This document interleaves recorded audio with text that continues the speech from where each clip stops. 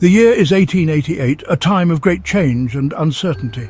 London is cloaked in fog and fear, its streets echoing with whispers of dread. In a dimly lit study, Dr. Elias Vaughan hunches over his desk, his mind racing. Papers litter the room, filled with frantic scribbles and strange diagrams, each one a piece of a puzzle he desperately tries to solve. The flickering candlelight throws elongated shadows on the wall, creating an eerie dance of light and dark. They twist and writhe like living things, mimicking the doctor's growing despair and inner turmoil. Dr. Vaughan chews on his quill, his brow furrowed in concentration, his thoughts a whirlwind of fear and hope. He is a man possessed, driven by an unseen force, a relentless need to find answers. His once pristine study is now a reflection of his chaotic mind, a testament to his obsession. Books lie open on the floor, their pages filled with arcane symbols and forgotten languages, each one a clue in his desperate quest. The air is thick with the smell of stale ink and fear, a palpable sense of urgency. His quill scratches across the parchment, a desperate attempt to outrun the darkness closing in around him. He writes of shadows that move with unnatural grace, of whispers that chill the bone, each word a cry for help. He writes of a waltz, its melody both beautiful and terrifying, a siren's call to oblivion, a dance of death. He writes of a curse that binds the living and the dead in a macabre dance, a fate he refuses to accept. But most importantly, he writes of hope, a glimmer of light in the encroaching darkness. A hope that his research, his frantic search for a cure, will save his beloved daughter, Clara, from the clutches of the Hollow Waltz. A hope that keeps him going despite the odds. Clara, unaware of her father's torment, explores the dusty attic of their manor. The air is thick with the scent of old wood and forgotten memories. Sunlight filters through the grimy windows, illuminating forgotten treasures and discarded dreams. Dust motes dance in the beams, creating an almost magical atmosphere. She stumbles upon a dusty trunk, its brass lock covered in verdigris. The trunk seems to call out to her, whispering secrets of the past. Curiosity piqued, she struggles to open it, the hinges groaning in protest. Each creak echoes through the attic, adding to the eerie ambiance. Inside, nestled amongst yellowed lace and faded velvet, lies a music box. It looks out of place, almost too pristine for its surroundings. Its polished rosewood gleams, a stark contrast to its surroundings. The craftsmanship is exquisite, hinting at a story waiting to be told. Intricate carvings of skeletal figures adorn its surface, their bony fingers intertwined in a grotesque waltz. The detail is both mesmerizing and unsettling. A shiver runs down Clara's spine as she lifts it.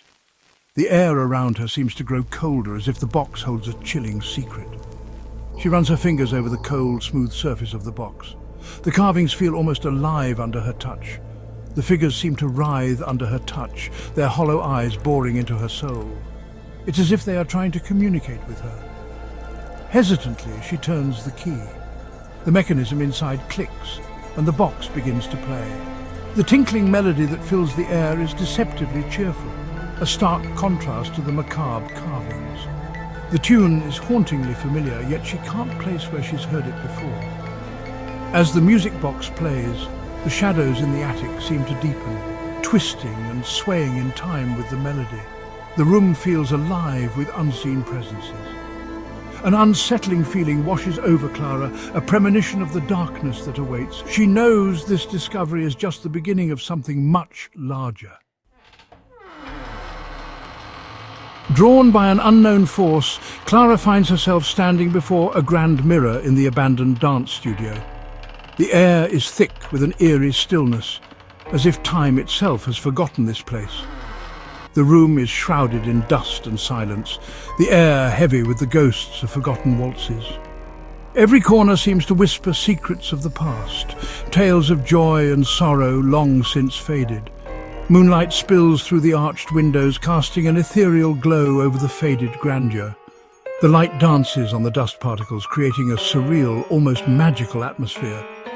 She catches her reflection in the dusty mirror, a ghostly image that seems to belong to another time.